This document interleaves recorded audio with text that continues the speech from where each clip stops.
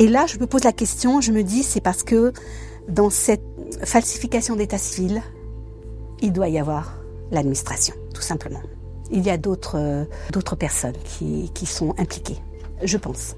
Qui ont menti, trafiqué les certificats. Mais bien évidemment.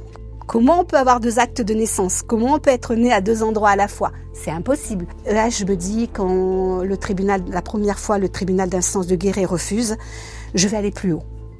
Donc, j'écris au défenseur des droits. Et là, j'ai une personne, au défenseur des droits, qui a pris le dossier à bras le corps, vraiment, et qui m'a dit non. Avec tous les éléments que vous avez, il faut arriver absolument à effacer cet acte de naissance qui est faux, en fin de compte. L'acte de naissance à la Brionne est faux. Et au mois de décembre 2023, je suis convoquée au tribunal d'instance de Guéret pour annuler l'acte de naissance de la Brionne. Et en septembre 2024, un moment extraordinaire.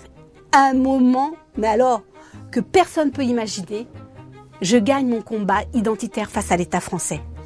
Je redeviens Marie-Germaine Valérie Périgogne. J'ai demandé quand même à garder Marie-Germaine Valérie, parce que pour le respect de mes parents adoptifs, j'ai gardé Valérie.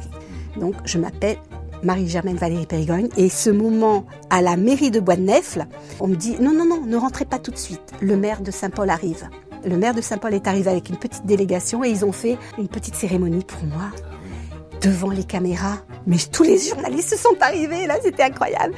Quand le maire m'a rendu cet acte de naissance où je m'appelle, Marie-Germaine Périgogne, née à Bois-de-Nèfles-Saint-Paul, ça a été un moment intense en émotion. Ça a été une joie parfaite, quoi. C'était extraordinaire. J'ai sauté de joie. J'avais, à ce moment-là, 61 ans. Tout ce temps, toutes ces décennies, et d'attendre 61 ans pour retrouver qui tu es.